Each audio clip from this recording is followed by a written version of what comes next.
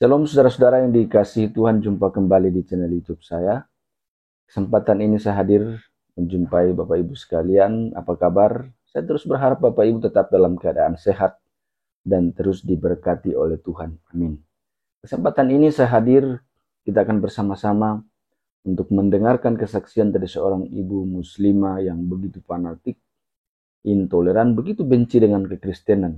Ya, yang mengatakan bahwa orang Kristen itu baik, tapi kenapa saya membencinya? Sekalipun dia tidak senang, tidak suka dengan kekristenan. Tapi kalau Tuhan yang berbicara, Tuhan yang menjamah, Tuhan yang memanggil, tidak ada seorang pun yang akan bisa menghalangi. Dan akhirnya saat ini saudara-saudara, dia dijamah oleh Tuhan, dipanggil Tuhan untuk diselamatkan. Sehingga saat ini menjadi orang Kristen yang sangat-sangat luar biasa, saudara-saudara. Kita dengarkan kesaksian lengkapnya berikut ini. Terima kasih untuk Tuhan Yesus telah memberikan kesempatan untuk saya bersaksi. Semoga dari kesaksian saya bisa menjadi berkat untuk orang percaya maupun yang belum percaya bahwa Yesus adalah Tuhan dan Juru Selamat. Luar biasa Tuhan Yesus, terima kasih. Oke, pertama-tama saya ada sedikit unek-unek ya. Dimana saya kemarin itu ngupload video itu niat saya itu buat kenangan gitu ya, tapi luar biasa ternyata Tuhan punya rencana lain gitu, biar bisa memberkati orang-orang lain juga yang belum mengenal Tuhan. Bagaimana sih baptisan, luar biasa sekali, malah saya seneng kalau ada kata Bapak katanya viral videonya, ya puji Tuhan, itu rencana Tuhan gitu. Oke, pertama-tama saya berasal dari Cirebon, dan Cirebon bagian timur. Cirebon itu Jawa Barat ya, Jawa Barat. Bahasa saya juga bahasa Sunda, Cirebon tapi bahasanya Sunda. Saya jadi orang Sunda asli. Dan orang tua saya mama saya dari Cirebon dan bapak saya dari Subang. Luar biasa. Saya dari kecil itu latar belakang saya itu anak broken home, di mana saya kurang kasih sayang orang tua saya. Saya juga dibilang kurang beruntung gitu. Tetapi saya di situ belajar, di mana saya menjadi wanita yang kuat, wanita yang mandiri, karena memang dari kecil saya merasakan kesepian gitu, tidak ada sosok orang tua yang menuntun saya, dan saya juga diurus sama kakek nenek saya yang sudah renta gitu. Yang namanya anak broken home, pasti saya merasakan intimidasi juga dari teman-teman, kadang nanyain, bapak kamu kemana, gimana, ya anak kecil pasti kepikiran gitu. Dan orang tua saya juga, mama saya juga dia merantau gitu, nggak pernah ngurusin saya karena mungkin keharusan dia, tuntutan kerja untuk bisa menafkahi saya dan adik saya. Di situ saya hidup di mana saya sangat, kalau diingat-ingat sedih gitu lah ya, karena luar biasa sekali. Dan saya itu kekurangan kasih sayang orang tua saya itu dari semenjak saya kecil, dari umur 3 tahun. Di situ saya merasakan bapak saya itu kemana gitu. Saya nggak merasakan kasih sayang seorang bapak gitu. Sedangkan orang lain punya orang tua yang sangat lengkap gitu, punya orang tua yang benar-benar selalu ada gitu, yang menyayangi mereka gitu, dan ada rasa cemburu sosial di situ. Setiap sekolah pun saya sering banget dibully sama teman-teman saya karena mungkin saya gimana ya gitu, maksudnya berbeda lah, nggak ceria gitu. Karena nenek saya galak banget, jadi saya tuh nggak ceria, sekolah tuh takut aja gitu. Nah, saya beranjak saya SMP itu banyak sekali teman-teman saya yang dari Kristen juga, dari Islam juga gitu. Jadi campur. Kebetulan ada orang Kristen tuh hanya 2, dan itu juga adik kakak. Aku tuh benci banget gitu loh. Karena latar belakang saya itu Muslim gitu ya. Dan keluarga saya semua Muslim, lingkungan saya juga Muslim, dan saya sangat benci sama orang yang non-Muslim gitu loh. Padahal mereka tuh bagi saya tuh baik gitu, tapi nggak tahu, saya benci gitu. Terus saya juga sering mengintimidasi orang-orang yang di luar agama saya sebelumnya. Kayak seneng aja gitu, padahal saya juga sering dibully, dan dibully itu rasanya sakit banget. Tapi ketika membuli orang itu, anak-anak teman saya itu yang berlatar belakang Kristen itu kayak seneng aja gitu kayak. Dan saya juga salah satu pembenci umat Kristen ya. Saya juga sangat benci yang namanya gereja. Saya kalau lewat itu, misal saya sekolah gitu, kayak ada gereja gitu, benci aja gitu, kayak nggak suka gitu sama yang namanya gereja, tempat ibadahnya orang Kristen. Dan saya juga bersekolah, disekolahin sama keluarga saya itu di SMK Muhammadiyah Ciledug, dan itu sekolah Islam. Dan di situ mayoritas pasti semuanya Islam, teman-teman saya Islam. Dan saya tuh benar-benar nggak ada celah gitu buat mengenal Tuhan, itu benar-benar nggak ada celah, benar-benar yang kayak, dan nggak mau gitu, nggak mau tahu gitu siapa itu Tuhan Yesus. Saya tuh nggak mau tahu, nggak peduli juga gitu, kayak benci aja lah, karena sudah didoktrin dari kecil ya, sudah didoktrin. Dan di situ saya merasa agama saya yang paling betul gitu loh, karena memang katanya ya itulah intinya, saya nggak mau nyenggol-nyenggol. Saya cuma bersaksi sedikit di sini. Dan saya itu salah satu orang yang intoleran ya, dimana apa ya namanya, tidak punya hati waktu itu, sering membuli. Kadang ada orang Kristen aja nggak salah, nggak dosa, saya bilangin kafir ya kamu orang kafir, padahal dia cuma senyum aja gitu. Tapi di situ kayak ada kepuasan tersendiri aja. Mungkin nggak semua ya orang Muslim intoleran, nggak semua. Saya termasuk yang intoleran maksudnya. Dan saya sekolah juga, saya istilahnya sambil kerja gitu, karena saya orang nggak punya lah istilahnya gitu, karena saya juga sekolah tapi kepaksa lah gitu ya. Terus saya ikut nyanyi sana sini gitu, dari panggung ke panggung untuk membiayai sekolah gitu. Dan puji Tuhan lulus gitu. Dan karena saya dari kecil saya kurang kasih sayang orang tua saya, di situ saya menikah muda, saudara. Saya menikah muda. Pikiran saya pada saat itu, saya itu ingin apa ya, ingin memiliki sosok ayah gitu loh. Mungkin dengan adanya saya menikah, mungkin dengan adanya saya menikah muda, saya punya suami, pasti saya akan dimanja gitu, disayang gitu, merasakan kasih sayang orang tua saya gitu, bapak ayah saya khususnya. Ternyata enggak gitu, maksudnya ternyata sebalik, malah semakin amburadul lah istilahnya gitu, karena mungkin karena nikah muda, jadi saya masih ada kendala di perekonomian ya. Terus saya bilang sama mantan suami saya boleh nggak berangkat ke luar negeri gitu, mau kemana gitu, kan udah kamu di rumah aja gitu. Pas posisi waktu itu kan posisinya kan saya mau manggung gitu, tapi kan saya udah ada sepi gitu karena saya nikah terus ngelahirin itu kan. Jadi job saya itu bener-bener yang kayak berkurang gitu.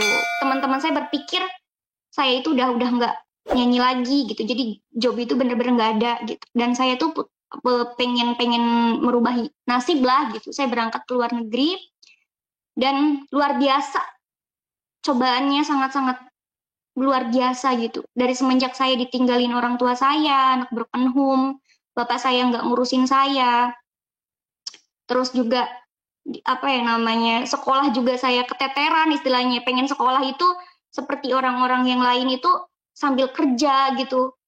Terus saya nikah, ternyata seperti ini, nikah muda itu nggak enak ya, aku bilang gitu. Nah aku coba berangkat ke luar negeri, berpikir merubah nasib gitu.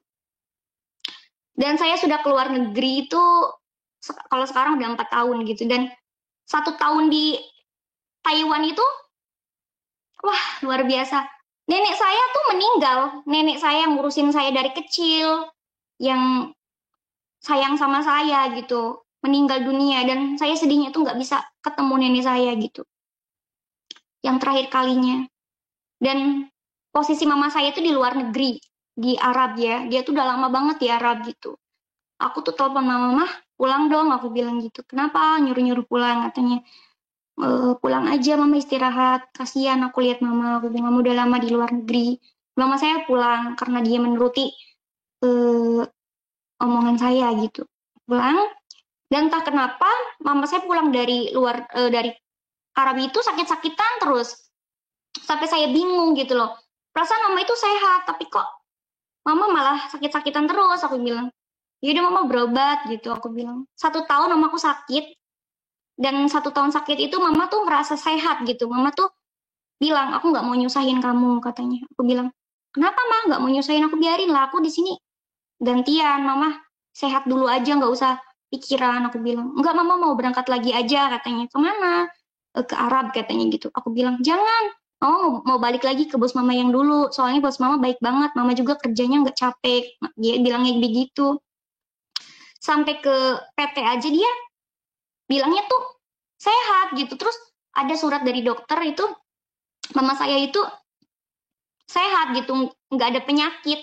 Dan di situ saya kan mikir, nggak mungkin yang namanya dokter itu bohong kan, nggak mungkin kan. Mama saya juga optimis gitu loh, karena dia bener-bener semangat gitu, pengen pengen kerja lagi, karena masih muda juga umurnya 44 tahun, jadi semangatnya masih membara lah gitu. Terus 3 hari kemudian mama saya tuh berangkat, nggak ngomong, nggak apa, nggak izin, nggak apa. Saya bingung gitu, mama saya kemana kok nggak telepon saya. Ternyata mama saya udah ada di Jakarta gitu, udah mau dijemput gitu. Dan besoknya lagi ada telepon, itu 2 hari kemudian ada telepon dari pihak agensi. Nah dia tuh telepon aku, kamu yang sabar ya, kenapa? Mama udah nggak ada, katanya gitu. Mama nggak ada, kenapa? Nggak ada gimana? Aku bilang, aku bingung gitu. Mama udah meninggal, katanya. Aku kaget kan, shock di situ. Aku merasa putus asa, hidup ini tuh kayak terus-terusan gitu loh. Nggak pernah aku merasakan yang namanya happy, bahagia gitu. Punya orang tua diambil sama Tuhan gitu. Jadi aku tuh kayak ngerasa sendiri pada saat itu. Dan aku udah pengen apa ya namanya, ya sampai gimana ya, udah nggak berarti lagi hidup ini, apa sih gitu yang aku harapin tuh apa gitu, bukannya kerja itu buat mereka gitu, buat orang tuaku. Nah mama saya di luar negeri itu kan, dia kalau di Arab itu kan apa ya namanya, ilegal ya, jadi pemulangan jenazahnya pun susah banget gitu. Itu diurus-urus itu ada 1 bulan lebih lah, 1 bulan setengah mama saya jenazahnya bisa dipulangkan ke Indonesia dan dikebumikan. Dan pada saat itu cobaan terus aja gitu, nggak berhenti gitu. Dan disusul mantan suami saya juga menikah lagi gitu sama teman saya sendiri. Dan di situ saya merasa, oh my god, kok bener-bener ya cobaan aku tuh nggak selesai-selesai. Dari kecil aku nggak pernah ngerasain bahagia gitu, kayak gini. Maksudnya kapan sih aku menemukan kebahagiaan? Sosok ayah aku, sosok bapak aku nggak pernah aku dapetin. Punya orang tua juga kayak nggak punya gitu. Dan sekarang Tuhan ambil satu-satu gitu. Terus aku tuh depresi yang pusing gitu mikirin hidup gitu loh. Pengen udahan aja lah, pengen mudahin aja gitu. Sampai bener-bener nggak, mungkin kalau orang lain mungkin udah ini kali ya, nggak kuat. Karena memang bener-bener kita ditinggalin sama orang-orang yang kita sayang gitu loh. Kayak kita tuh udah nggak ada yang peduli gitu loh. Punya orang tua juga pergi selama-lamanya itu kan sakit banget gitu. Terus pada saat itu aku punya temen gitu, dia tuh baik banget sama aku. Aku nggak tahu kalau dia tuh agama dia tuh Kristen, karena aku nggak pernah nanya-nanya agama kamu apa, latar belakang kamu apa, nggak pernah nanya begitu gitu. Dan dia tuh baik banget, kasih support aku gitu. Sabar ya, katanya, kamu nggak usah banyak pikiran gitu. Aku juga curhat masalah kehidupan aku yang dulu gitu sama dia, kayak plong aja gitu. Terus pas aku tahu kalau dia itu Kristen, aku tuh kan tahu ya, aku tuh orangnya nggak toleransi ya, aku disebut intoleran ya gitu, kayak benci aja gitu, nggak mau sampai aku bergumul dengan orang yang berbeda keyakinan sama aku gitu. Kamu Kristen? Aku bilang. Kata dia, iya aku Kristen. Aku nggak mau berteman sama kamu, kenapa? Kita batasin aja, kenapa kamu orang Kristen gitu.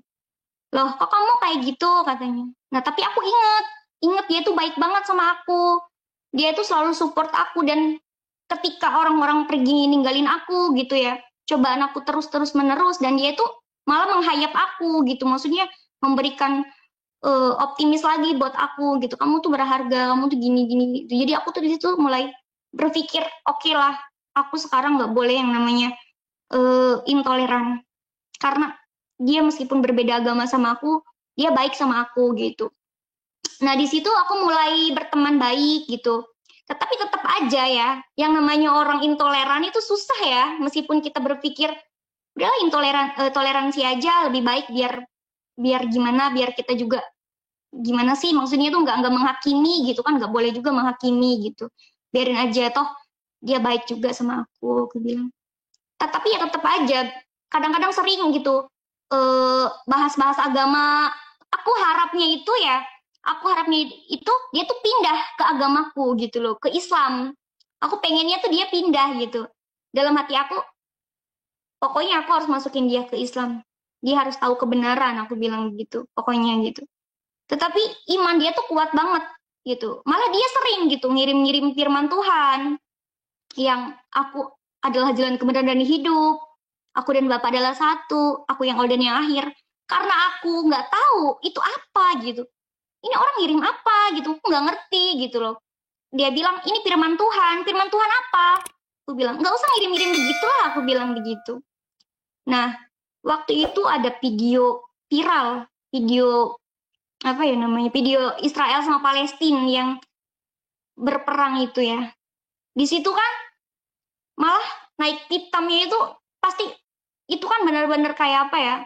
Aku yang namanya orang Islam pasti berpihak kepada Palestina karena Palestina itu sejarah gitu ya. Jadi Palestina itu adalah tempat tegaknya khilafah umat Islam dan itu pasti aku berpihak ke sana dan dia itu pasti berpihak ke Israel karena memang itu bangsa pilihan gitu.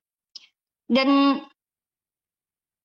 apa ya namanya, di situ aku cekcok gitu, perang ayat lah istilahnya, perang ayat di mana aku merasa bahwa aku harus masukin dia ke Islam gitu.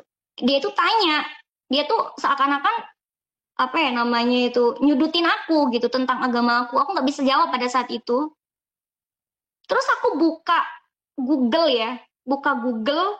aku tuh lagi ngetik ayat Al-Quran, tapi luar biasanya itu malah firman Tuhan. Nah, awal mulanya begini, aku semalam itu ribut sama dia, benar-benar ribut-ribut yang gimana gitu, ngerasa paling bener lah. Aku tantang Tuhan. Kalau memang Tuhan kamu ada, coba datang ke mimpi aku bilang. Coba datang ke mimpi aku, karena katanya banyak orang yang dulunya Islam pindah ke Kristen dengan keajaiban Tuhan kamu yang mimpi bertemu Tuhan, yang sakit disembuhkan, sedang haji bertemu Tuhan, besoknya nginjil. Coba aku pengen tahu kalau memang itu Tuhan kamu benar-benar ada. Nah di situ aku tantang Tuhan Yesus malam itu. Dan tiba-tiba besoknya itu jam 5 sore, aku ribut lagi dari pagi sampai sore itu bahas agama gitu loh. Saya tuh lagi buka nubuatan Muhammad dan mukjizat Muhammad, tapi yang keluar itu Matius. Aduh, mungkin orang ya kalau belum mengalami Tuhan pasti Allah nggak mungkin gitu. Nggak mungkin, kamu bisa ketik Matius pasal 28 ayat 18 sampai 20 pasti keluarnya itu Matius. Kalau aku kan nggak ngerti isi Alkitab seperti apa gitu. Dan di situ aku merasa, wah ini apa, aku bilang, aku baca kan. Yesus mendekati mereka pada Matius pasal 28 ayat 18 sampai 20. Yesus mendekati mereka dan berkata, "Kepadaku telah diberikan segala kuasa di sorga dan di bumi. Karena itu pergilah jadikanlah semua bangsa muridku dan baptislah mereka dalam nama Bapa, Anak dan Roh Kudus. Dan ajarlah mereka melakukan segala sesuatu yang telah kuperintahkan kepadamu, dan ketahuilah aku menyertai kamu senantiasa sampai akhir zaman." Yang aku nggak pernah ngerti apa itu firman Tuhan, seperti apa firman Tuhan. Ketika aku baca firman Tuhan pada Matius pasal 28 ayat 18 sampai 20, aku ngerti gitu loh. Terus aku bilang, "Hah? Yesus Kristus berkuasa di langit dan di bumi?" Aku bilang, "Memang Yesus Kristus itu siapa?" Aku bilang gitu kan, "Kok dia berkuasa di langit dan di bumi?" Aku baca, Yesus menyuruh murid-muridnya jadikan semua bangsa muridku dan baptis, menyuruh murid-muridnya itu membaptis orang umat segala kuasa di. Jadi Tuhan Yesus menyuruh mereka itu untuk membaptis gitu ya. Dan aku bilang, aku bawa lagi baca lagi. Aku menyertai kamu senantiasa sampai akhir zaman. Wow. Berarti Tuhan Yesus menyertai umat-umat yang percaya sama Tuhan dong. Maksudnya Tuhan Yesus di akhir zaman akan menyertai orang Kristen dong. Aku mikir gitu. Karena kan yang dibaptis itu hanya orang Kristen. Saya orang Muslim kan nggak dibaptis. Dan di situ aku tiba-tiba aku nangis. Nangisnya itu bukan nangis-nangis kayak lebay apa gimana sih, gue nggak sadar gitu. Kok nangis gitu maksudnya. Terus aku bilang dalam hati saya, ya Tuhan, aku mau ikut Engkau. Aku bilang gitu sama Tuhan Yesus. Itu abis nantang Tuhan, aku bilang, aku mau ikut Engkau. Aku bilang gitu sama Tuhan. Terus aku nyanyi. Kebetulan aku kan pernah ya, maksudnya karena teman aku orang Kristen, jadi aku tahu lagu-lagu rohani. Dia juga suka puter lagu rohani. Tapi aku nggak berlebihan. Aku hanya suka aja karena lagunya itu bikin adem aja gitu. Aku juga suka nyanyi ya. Dan dan di situ aku mulai belajar mengenal Tuhan. Dan puji Tuhan, Tuhan tuh selalu nunjukin gitu buat aku, nunjukin apa yang aku nggak ketahui, Tuhan tunjukin gitu loh. Terus aku nanya sama Tuhan, ya Tuhan, aku orang berdosa, aku bilang gitu. Apakah pantas aku menjadi pengikutmu? Tuhan kasih tunjuk lagi firman yang luar biasa. Pada Lukas pasal 5 ayat 32. Aku datang bukan untuk memanggil orang benar, tetapi orang berdosa supaya bertobat. Saya belajar mengenal Tuhan itu hanya saya dengan Tuhan yang tahu gitu loh. Karena saya juga waktu itu nggak punya teman-teman Kristen, hanya punya teman Kristen juga dia kayak nggak terlalu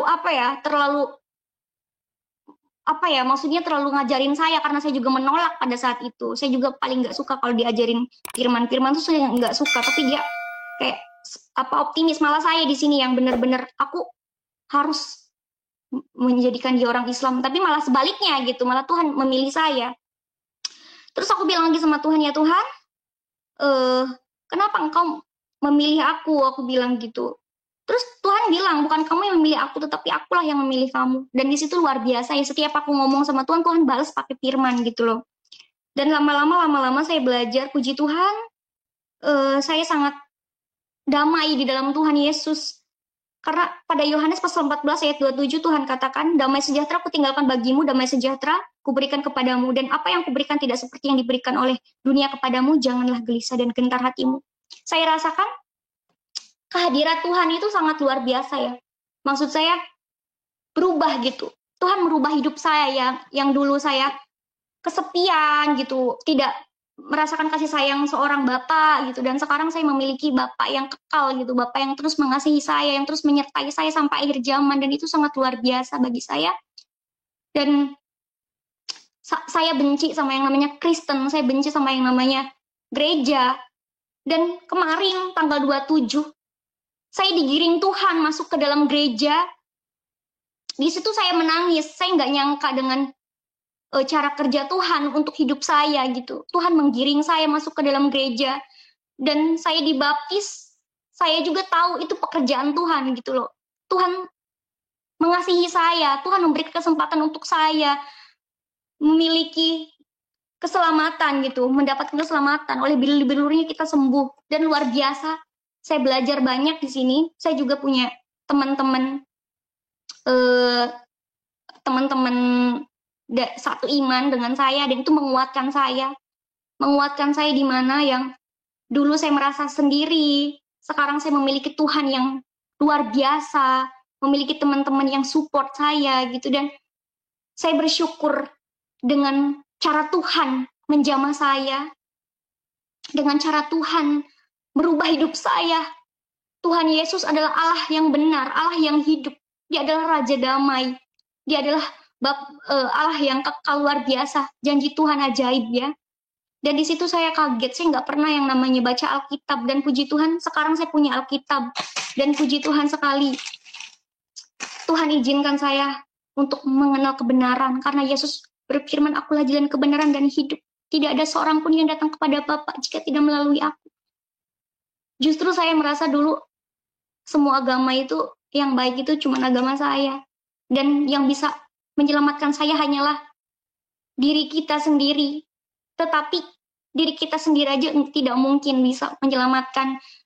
Karena manusia itu tempatnya dosa ya. Istilahnya kita upah dosa adalah maut. Tetapi karena Yesus mengasihi setiap umatnya. Oleh darahnya yang kudus. Luar biasa Tuhan menyelamatkan hidup saya, merubah hidup saya. Yang dulu saya merasa terkucilkan, yang dulu saya merasa dalam pergumulan saya yang mungkin orang lain gak bakal kuat gitu, tapi Tuhan di sini mengasihi saya, dan itu yang saya rasakan itu luar biasa sekali. Dan saya sangat menggebu-gebu ya kesaksian buat Tuhan gitu. Waktunya cukup nggak cukup, pokoknya saya harus kesaksian karena luar biasa saya mengalami Tuhan. Mungkin kalau saya belum mengalami Tuhan, saya nggak akan nggak akan sekuat ini, nggak akan seyakin ini, nggak akan sesemangat ini menyampaikan kabar baik gitu. Karena saya mengalami Tuhan, di situ saya dalam hati saya, ya Tuhan, pakailah aku sebagai alatmu, jadilah kehendakmu, rancanganmu bukan rancangan kecelakaan, tetapi rancangan kebaikan dan keselamatan buat saya. Saya percaya Tuhan, aku bilang sama Tuhan. Dan saya sering kesaksian di media sosial gitu. Apa yang saya punya, pasti saya gunakan untuk kesaksian, karena bagi saya hidup adalah Kristus dan mati adalah keuntungan. Jadi apapun hujatan mereka terhadap saya, itu malah menguatkan iman saya. Saya dulu sering menghina orang Kristen, dan sekarang saya dihina oleh teman-teman non-Kristen ya, maksudnya di luar gitu. Jadi di situ saya merasa, oh begini ya rasanya dibully, aku bilang. Oh, orang Kristen yang dulu saya bully, sakit hati pasti ya, tapi kenapa kok dia nggak pernah membalas, aku bilang gitu. Ternyata Tuhan kita itu menyuruh kita untuk mengasihi gitu, luar biasa. Ini oh my God, kayak Tuhan itu menyuruh kita untuk mengasihi, kasihlah musuhmu. Dan saya belajar banyak, karena Tuhan mau kita itu mengikuti setiap perintahnya. Jikalau kamu mengasihi aku, tentu kamu akan mengikuti setiap perintahku. Tuhan katakan begitu. Karena saya mengasihi Tuhan, saya belajar sabar, belajar bersyukur, belajar, pokoknya banyak sekali perubahan dalam hidup saya. Dan luar biasa ya, aku bilang, Tuhan, terus bimbing aku ya Tuhan. Aku percaya Engkau akan menyertai aku. Meskipun pergumulanku sangat-sangat luar biasa gitu. Tapi aku tidak takut, karena aku punya Allah yang besar. Punya Allah yang hidup, punya Bapa yang setia. Aku juga merasa perbedaan yang sangat-sangat luar biasa. Sebelum dan sesudah mengenal Tuhan. Sebelum mengenal Tuhan dan sesudah mengenal Tuhan itu sangat-sangat berbeda sekali. Saya juga mengalami pergumulan, tapi saya kuat gitu loh. Enggak cepet putus asa, gelisah, enggak. Kenapa? Karena Tuhan saya menguatkan saya. Di Alkitab Tuhan katakan jangan takut sebanyak 356 kali. Dan itu membuat saya, oh my God, Tuhan saya baik banget. Tuhan saya akan menyertai saya. Dan saya terus belajar, saya bertanggung jawab atas keyakinan saya. Terkadang saya tidak percaya diri atas saya sendiri, kayak masa sih saya kesaksian, saya kan baru juga mengenal Tuhan, tapi saya benar-benar semangat karena mungkin ini adalah campur tangan Tuhan. Saya bersaksi di sini ya, karena Tuhan memakai siapa saja yang Ia kehendaki. Tuhan akan memilih siapa saja yang Ia kehendaki, dan saya bersyukur saya adalah salah satu orang yang dipilih Tuhan, salah satu orang yang dulu dikasih kesempatan Tuhan. Yang dulunya saya benci sama orang Kristen, dan saya benci sama yang namanya Tuhan Yesus, dan sekarang saya menjadi pengikutnya. Itu sangat luar biasa teman-teman. Tidak ada yang mustahil bagi Tuhan. Aku bilang, ya Tuhan, kenapa ya orang Kristen itu kalau masuk, orang Islam itu kalau masuk ke Kristen itu sering banget dibenci. Aku bilang, Tuhan kasih tunjuk lagi sama aku firman-Nya yang luar biasa. Jikalau dunia membenci kamu, ingatlah bahwa Ia telah terlebih dahulu membenci aku daripada kamu. Sekiranya kamu dari dunia, tentulah dunia mengasihi kamu sebagai miliknya. Tetapi karena kamu bukan dari dunia, melainkan aku telah memilih kamu dari dunia, sebab itulah dunia membenci kamu. Ini firman yang luar biasa. Saya sekarang semangat. Oke, saya bukan milik dunia ini lagi. Saya milik Tuhan, Tuhan Yesus. Milik Bapa yang kekal, Bapa sorgawi luar biasa. Apapun pergumulan saya ke depannya, saya tidak takut. Karena saya bukan milik dunia ini lagi. Tentu dunia akan membenci saya. Tentu banyak yang mengintimidasi saya. Tetapi Tuhan berkata, kasihilah musuhmu. Puji Tuhan, ajaran yang penuh kasih, keajaibannya sangat-sangat terpancar gitu. Keajaiban Tuhan di dalam hidup saya itu bisa merubah segalanya. Yang dulunya saya merasa saya nggak berguna sampai saya mau, ya maaf, sampai saya mau ya udahin aja lah hidup ini, toh begini-begini aja. Saya juga nggak ngerasain kebahagiaan. Ternyata Tuhan kasih kesempatan saya. Tuhan memberikan saya kebahagiaan, hadiah yang luar biasa, mengenal Tuhan Yesus satu-satunya Tuhan dan Juru Selamat. Luar biasa. Oh, terima kasih ya Pak, kesaksiannya sudah dulu. Sungguh luar biasa saudara-saudara kesaksian ibu ini. Semoga bermanfaat, memberkati kita sekalian. Sehingga kita pun akan semakin kuat dalam Tuhan, semakin bertumbuh dalam iman kepada Yesus Kristus. Jangan lupa untuk terus mendukung channel ini saudara-saudara dengan cara like, subscribe, dan share supaya saudara terus mendapat notifikasi video-video terbaru dari saya, dan terlebih channel ini akan terus berkembang ke depan dan akan menjadi saluran berkat bagi banyak orang. Tuhan Yesus memberkati saudara-saudara sekalian.